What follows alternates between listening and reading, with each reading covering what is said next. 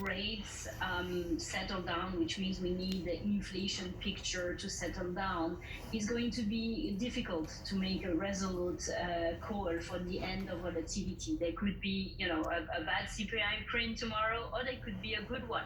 And what about the next month? And what about our average hourly earnings?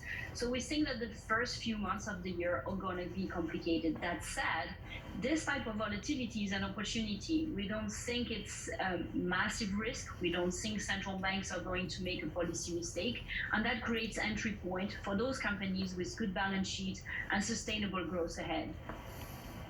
What do you do with commodities? I don't know whether there's something commodities that you want to buy right now. If you look at the current list of commodities in backwardation, we have natural gas, aluminium, copper, steel, rapeseed oil, soybeans, and if you look at aluminium, it's actually surging to the highest in 2008. Already in that trade.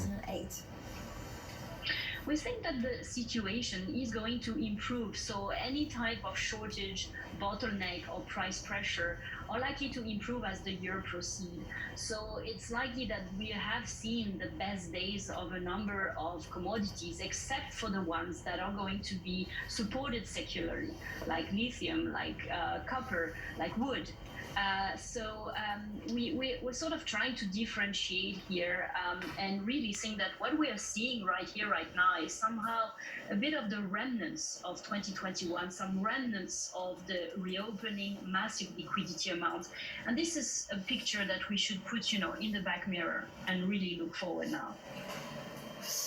Geraldine, overall, what do you do with some of the high yields? I know this has been one of the signals that the market is actually waiting for when looking at the more periphery bonds in Europe, but also treasuries.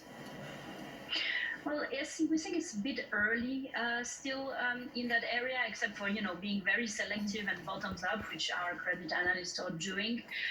I feel like the intermediate at the moment, and maybe the area where you can get high yield and is more attracting, is emerging market foreign exchange.